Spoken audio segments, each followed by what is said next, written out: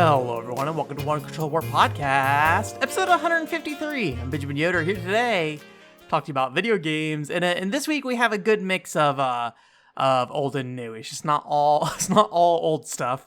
I did go ahead and play through Chip Chan Kick for the PCFX, which if you didn't see, I streamed that on a Saturday this weekend. So the full stream is up on the website if you want to see it. And Chip Chan Kick is pretty fun. It's basically, I guess you could call it like a Bubble Bobble clone. You're like these little girls that have these Puyo Puyo looking things, and you throw them at enemies and it stuns them, and then you kick them. And then similar to like in Bubble Bobble, how you have the water balls that like pop and the water kind of flushes the stage, or flushes water down the stage and like grabs a bunch of enemies and stuff. Chip Chan Kick's enemies like roll across the ground down the level. And so if they hit any other enemies, it basically combos them and they all explode and then turn into power-ups or food that you can collect for points. It's basically like 6 stages with 10 rounds at each stage. And then each stage ends with like a couple of boss fights. You fight a little character who runs around. Usually that's the easier part of the boss fight. It can get challenging depending on the layout of the levels and like the types of enemies in them. But the real major final boss are after you beat these little characters and around these mechs that come out, and these mechs have different bullet types. They do spread shots. They will like rain missiles from above and things like that. And you basically either will want to try to knock enemies into them to deal damage, which the nice thing about knocking enemies into them is that you're usually kind of out of harm's way for the most part.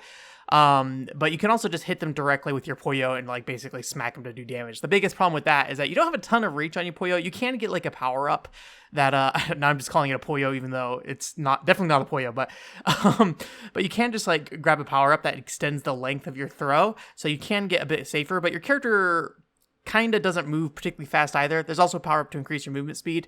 So it's like really hard if a boss just basically starts to approach you, that to get out of the way, because they often take up like a third of the screen, and you typically, if you don't have a power up, you don't walk or you don't move as fast as they move. So you need to keep your distance and kind of throw this Puyo at them nonstop to deal damage.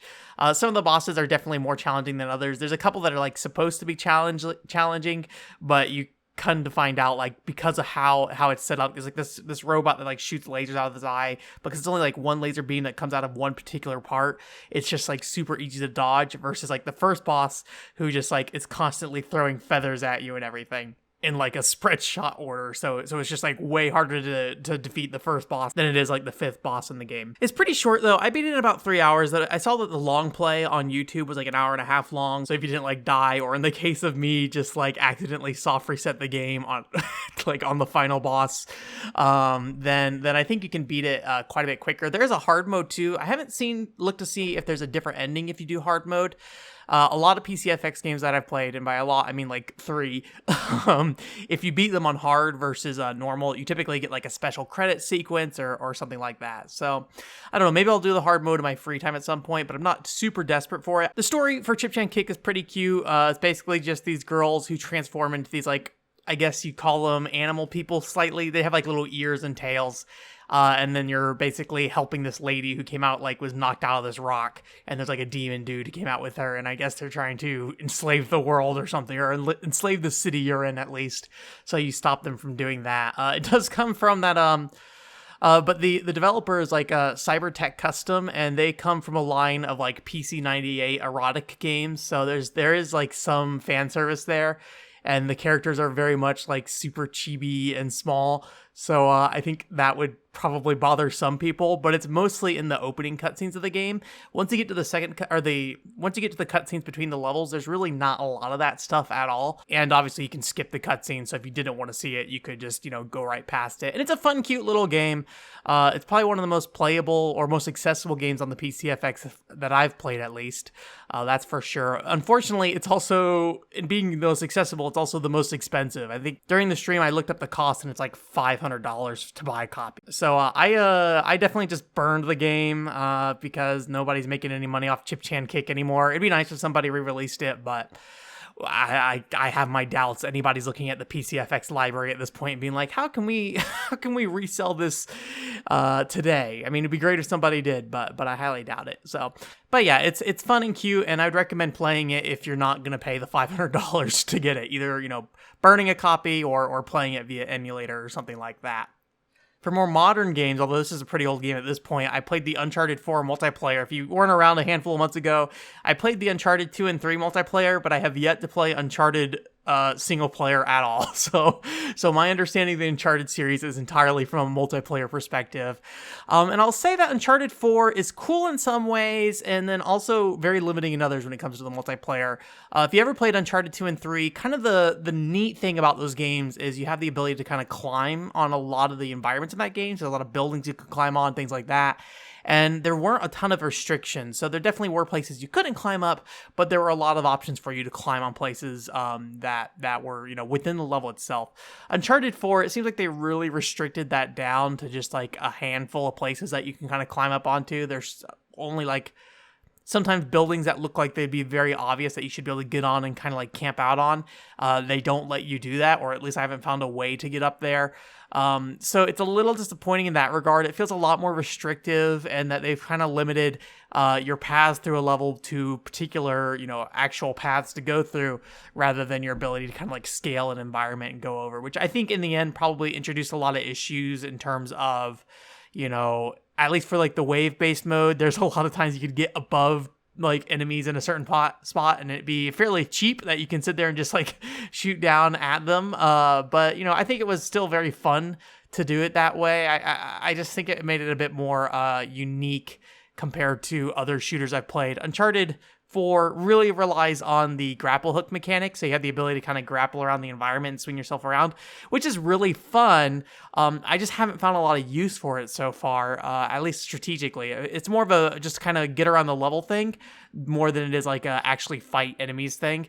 And you can do some things off it, like attack off of it or shoot from it or throw grenades from it. So there are some cool things you can do, but it does feel like just super risky and there's no, at least so far, there's been no real payoff to doing it for me. But I think we're going to play that a bit more. We played through all these, survival rounds for the normal mode, I believe.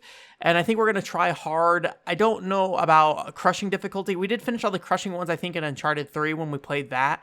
So we'll see. There's a lot of microtransactions in that game too, unfortunately. Like almost everything, it feels like, as microtransactions. There are loot boxes that you can buy if you do like these daily challenges and stuff like that using like in-game currency. But I don't know. It feels just kind of overly packed with microtransaction stuff in a way that feels kind of discouraging. It's like the stuff you need to play is there. Like, there's no point when I was playing that I was like, oh, it would be, at least so far, there's been no point when I was playing be like, oh, it'd be nice if I could do this, but I'm not going to spend the real money to do it. It feels like a complete game, but the amount that they kind of shove it in your face, when you're like going through your inventory trying to equip stuff, it's just like everything is just there with a giant lock icon on it. It's like, okay, I unlocked one hat and I got to go through these 400 hats and find the one that I've unlocked through the loot box. But, I could see all the real money they cost and things like that. That kind of stuff was kind of annoying, but it's generally been pretty fun. I don't really know what our plans are with Uncharted 4. In the case of Uncharted 2 and 3, I had a friend who was trying to kind of max out his character rank, I think, or at least like finish out some particular trophies or something like that. I can't remember for sure. I think he's done a lot of that stuff with Uncharted 4 already. He's played it a bit before us. So I think it's just kind of more of a casual thing while we try to figure out what the next like long-term multiplayer game is going to be. This is the group that I play God Eater with, and we finished God Eater 2 a while back ago. We were going to try, I mentioned this last week, we were going to try to do Phantasy Star Nova.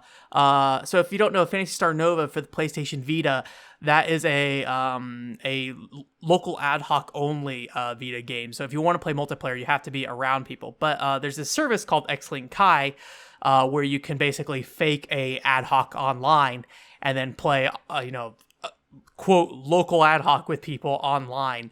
And I tried to figure out how to get it to work with my friend, but unfortunately we didn't make a lot of progress. We were able to test some other consoles. We were able to get like Xbox 360 connected and be able to get like a Call of Duty 4 match going via System Link stuff. But we weren't able to get the PlayStation Vita to verify. We could like connect it, but we'd only see like the MAC address for it, and it's saying, oh, it's a configuration issue.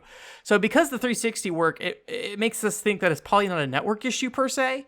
but we just don't know at this point. So I think we want to explore that a bit more, figure that out. This group, I think we're all very interested in playing Phantasy Star Nova. It's just a matter of we all live far away from each other, so it doesn't make a lot of sense for us to do local ad hoc. Maybe like half the group could. They live somewhat close to each other, so they probably can make something work out.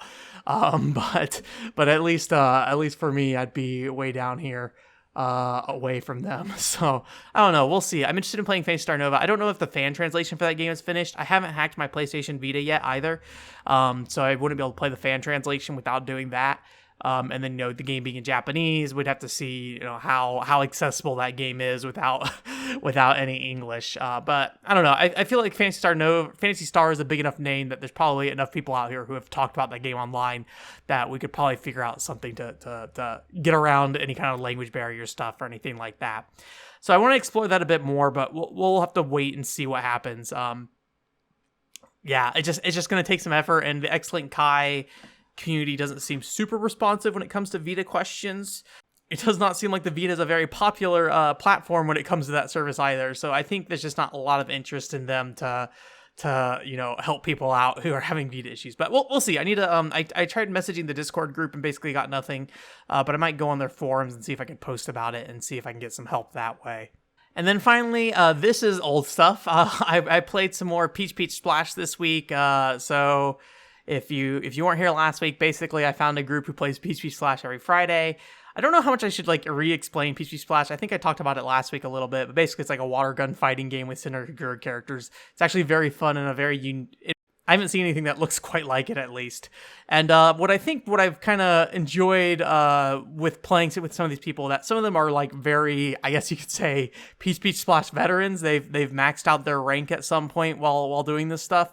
And it's been interesting to see the different strategies that are available in Peach Splash. If you don't know, there's like 5 or 6 different weapon types. And then you get like these cards that are like act as power-ups that you can use to either attack characters, buff yourself, shield yourself, things like that. And depending on what kind of weapon you're using, you kind of want to mix and match cards that match with that. And so when Peach Splash was somewhat more active, it seemed like sniper rifles were kind of like the way to go. You basically would buff yourself up so you have the ability to one-shot people and then just do that the whole time. Because it's this whole weird mechanic where like if you hit somebody and you don't kill them, they get the shield and things like that. I won't go into it too much, but basically the sniper rifle would get around the fact that somebody would have a period of time of invulnerability after they got shot. But it seems like there are strategies for some other weapons too. There was a guy who was basically using like these ability to go like invisible and then knock people over using like a melee attack.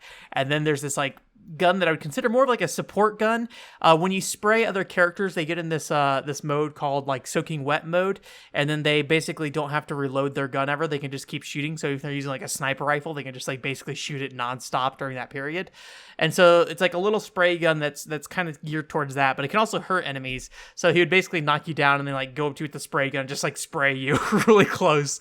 And it does a lot of consistent damage when you're like right on top of somebody. So he was kind of just tearing people apart with that. And it was cool to see some other strategies that weren't just, hey, sniper, be good at sniper. I've been using the rocket launcher more recently because the game does have some latency issues. We're playing on global servers as well, which doesn't help. And so it's kind of nice to just have like a big bit of splash damage that that I can just generally aim at people and hopefully knock them out. And as long as they're like fairly low on health, I usually can KO them if I hit them. It's just a slow traveling bullet, so you got to kind of catch people while they're not paying attention and things like that. So still really enjoying Peach Splash. Plan on trying to continue playing that every Friday for now. If it makes sense at some point, maybe some Friday I'll go ahead and stream it as well. I tried to do a Peach Splash stream about a year ago, if not more, and unfortunately ran into the issue of nobody was playing. So it was basically just me sitting in a matchmaking room for like 30 minutes and then being like, well, it didn't work out. But if we can guarantee that there are people at that time playing, then maybe I can do like a short stream during the hot playtime of PBS where at least 4 people are usually playing. It'd be nice if there's more people. If you want to play some Peach Splash, we would be happy to have you. The only thing you need to know is that if you bought Peach Splash but have not played it, the multiplayer does require you to level up your character and weapons first. well, I mean, you can go into multiplayer, but you're basically useless junk until you do that, unfortunately. So there's a bit of a requirement to getting into the PvP/multiplayer, unfortunately. But if you are able to do that, then we would be happy to have you. more PBS people, the better. I think we had like 5 to 6 people last week, which was pretty fun. Getting to the news this week, I think everybody saw that Xbox Series X third party. I guess you could call it like Nintendo Direct kind of thing. What is it called? Inside Xbox or something? They had some like world premiere Xbox Series X gameplay thing that they put out, and unfortunately, as you probably saw on the internet, if you're tuned in at all to what's going on in the gaming industry, everybody was pretty upset because there was not a lot of gameplay at that gameplay premiere event. But I did see a few trailers that kind of caught my eye. One was Bright Memory, and I think we talked about this before on the podcast a long time ago. There's Bright Memory is like I think is a Chinese developer who put it out on Steam. It's like episode 1 of it. And I think it sounds like that the episodic format's going to be kind of canceled at this point. But a lot of people seem to have played that and enjoyed it. It's like a first-person shooter with some melee elements, so you can think a lot like of Red Steel 2 or something like that, but maybe with like a bit more momentum to it. Although Red Steel 2 has some powers that kind of like let you kind of dash in and out of combat and stuff like that too. So it does kind of look very Red Steel 2-ish in that regard, which is why it kind of caught my eye. But the it being a budget game and one that was not really like regulated by a publisher or anything. I think the thing that was floating around at the time was that it was using stolen assets from other games. So it sounds like that, from what I read, has been cleaned up since then. And that and this new one they're doing, Bright Memory Infinite, sounds like it's going to be worked on by at least multiple people, is what I think I was reading. During the actual show, they said that it was made by one person. But I saw some reports later saying that the episode 1 was made by one person and that the new stuff was being made by more people. But I don't know for sure how true that was or wasn't. But I'm interested in that game. I've always wanted to try out the episode 1, and someday maybe I will. I think it's only on PC right now, but this is on Xbox One X and PC, I'd assume, for Bright Memory. Wouldn't be surprised if it comes to other consoles at some point too, but I think they've only talked about Xbox One X so far. Or sorry, Xbox Series X. Microsoft, your naming scheme, please, dear God. Anyways, the other game that was in there was Scarlet Nexus, and oh man, Scarlet Nexus. Let me say this about Scarlet Nexus: it looks like a fairly generic PS2 action game in some ways. I'm actually kind of okay with that, and I really liked what I saw for the most part. But like, there's like a level of blandness to it that I feel like that most anime games don't really have these days. But I found it kind of charming that it looked that way in some ways. I don't know why, but I could have sworn this game was a shift game. Like, I was looking at the monster design, like, this is a shift game. Like, there is no way it's not a shift game. Apparently, it's being made by people who worked on Tales of Vesperia, of all things. So, okay, I guess. I'm still convinced Shift is involved in some way, or like some of the art directors from Shift or something, because that game looks God Eater as heck. Like, the monsters in particular look very God Eater. They look like Origami, which are the monsters from God Eater. So I'm not convinced yet that Shift has nothing to do with this. If you don't know, Shift is the developer of God Eater, Freedom Wars, things like that. And this looks very much like their style. But apparently it's being led by some Tales of Vesperia people. Looks pretty neat. It's going to be on Xbox Series X, PS5, and then PS4 as well. I'd imagine PC as well for that. I might pick that up. It's one of those things that's like cool that it's like going to be like one of those early games on the system and it catches my eye, but there's a very good chance it'll just pass me by.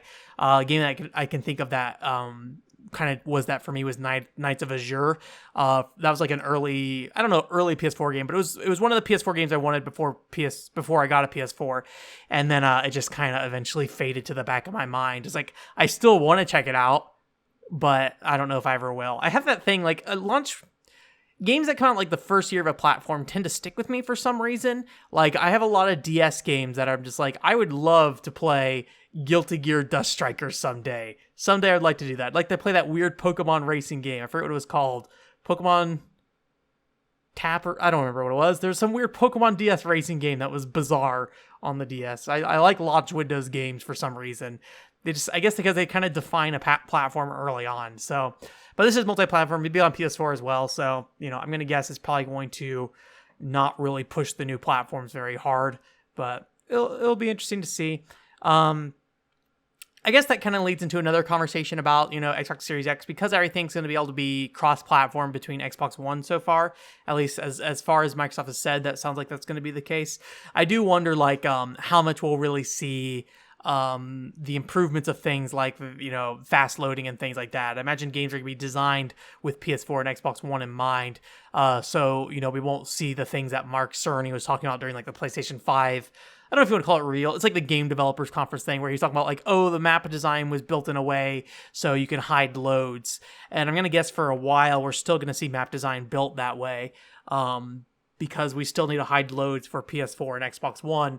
But obviously, once those systems finally get phased out, then we can start seeing less of that stuff. But the real thing though is with Xbox Series X is that all games, from what I believe Microsoft is saying, is going to be compatible between both platforms right now, or at least all their first-party stuff. So I wonder if we're going to really see the benefits of that for a while. Where I think Sony has committed that they said some games are going to be PlayStation 5 exclusive. So we'll see. And the only other game that was on that presentation that really caught my eye, and it wasn't really the game itself, honestly, I just thought the trailer was kind of fun, was the Vampire the Masquerade 2. It was just a cute trailer, I guess. Cute trailer in the sense that there's a bunch of dead people being hanged up and with smiley faces around a Christmas tree. But I like that kind of goofy sense of humor in a trailer. Whether or not the game has any of that in it is another thing. I've never played Vampire the Masquerade, so I'm actually not really sure of anything about what's actually in that game, to be honest with you. But I thought the trailer looked very nice. Visually, it did not look like a great game. There was definitely some of the Xbox Series X stuff, gameplay trailers. There's definitely like a density to some of the environments that I feel like you didn't always see on previous platforms, particularly with like a lot of the details on the backgrounds and things like that. But it doesn't look like a huge improvement or anything like that right now. And I expect for third-party stuff, especially the cross-platform third-party stuff, we're probably not going to see a lot of that stuff. I'm really curious to see what Microsoft stuff looks like between Xbox One and Xbox Series X, because if they're going to be played between the two, how is the Xbox Series X version just going to look like an upgraded version of that, or is it going to be a the Xbox One version? It's just a significantly downgraded version of the Xbox Series X version. I don't know if that, like, on paper, that kind of means the same thing, I think. But I think it's like, which one is the lead SKU? And I'm going to guess the Xbox Series X stuff will be the lead SKU. But, in the past, there's been some interesting downports as well. I think, what was it? Titanfall, the Xbox 360 version of that game, apparently was very good for what it was, even though I think at the time, people thought Titanfall on Xbox One looked pretty solid. So, yeah. That was that. I didn't really have as much of a angry response to the whole gameplay thing as most people, because they didn't really show a lot of gameplay outside of a few games, Scarlet Nexus being one of them that had gameplay, although it was kind of framey at times. But I think I just kind of accepted that some games trailers just are framey at times. Just games in development, it's hard. But yeah, I definitely didn't have as much as a vulgar reaction to being like, no gameplay. But it definitely didn't feel like the thing they were promising in terms of gameplay. But we'll see it eventually. I'm kind of surprised how little we've seen of most games at this point, considering how far or how close we are to what is supposedly the launch of the next generation. Sometime in the next 6 months. But we'll see. I'll be curious to see how things roll out. Microsoft said they're showing off their first party stuff in July, so I don't think Sony's announced any kind of reveal stuff yet. So yeah, we'll have to see. One thing that also came out this week that was not officially announced was it has been officially announced. There's that Final Fantasy XI remake game that was that's on mobile that Nexon's working on, and it's been kind of quiet for a while. I don't remember the last time there's been any kind of real official word on it outside of appearing in Nexon financials every year as an upcoming game. But a couple of years ago, someone's job listing listed some screenshots for the game, and so people found those, and that was kind of our first look at Final Fantasy XI remaster in some ways. I think there's some other stuff that came out, but that was like the latest look at it, something that looked a lot more polished compared to some of the other stuff that showed up. There's this like really bad picture of like an Elvan and Ronfar that just looks like a generic Unreal Engine elf in like a generic Unreal Engine forest. That picture looks really bad in my opinion. But the other screenshots of like the Mithras and fighting like a giant turtle and stuff looked pretty good. But yeah, so there's another leak of pictures, basically just some more environments, along with some Hume kind of standing around looking in them, and a Galka as well. Nothing really new there. It's just a lot more landscape pictures and things like that. You're not really seeing any kind of combat or user interface stuff or anything like that. And there's a while where it was like uncertain of whether or not these were real images or not. They seemed very real. But then Nexon apparently filed a DCMA or a digital, is it DCMA? Digital rights something. Anyways, they asked them to take it down officially. So the screenshots did get taken down. I did find a couple websites that still had the list them, and I saved them. I also posted them on Twitter, which I'll link in the show notes here of like the ones with the characters in it. There are some background ones I didn't link as well. So if you can't find them for any reason, just let me know and I'll get them to you. But yeah, so those are out there and around. I had bought so I have like a Samsung Galaxy S7, I think, or something like that. I don't know. I got it like 3 or 4 years ago. I bought this for Final Fantasy 11R. The Final Fantasy 11R never came around, so that shows you how long I've been waiting for it. So maybe when that game comes closer to release, that's when I'll take the time to actually get a new phone. I've been wanting a new phone for a while, but I haven't really had much of a reason to justify it. Playing Final Fantasy 11R is not a reason to justify it, but you know. Also, just another little short update here on Xenoblade Chronicles Future Connected. I know we've talked about Xenoblade Chronicles the last few weeks, so I'll try to keep this short, but they did put out some gameplay footage of the Future Connected content, so the epilogue content.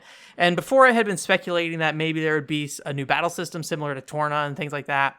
And there's definitely new things about the battle system, at least in terms of some of the chain attack stuff, but it looks pretty much just like Xenoblade Chronicles battle system so far. At least the visual impression I get from the gameplay they showed is very much so, which is a little disappointing on my part, but maybe somewhat expected considering this is a part of a remake package rather than something being followed up on from a game like a year or more out.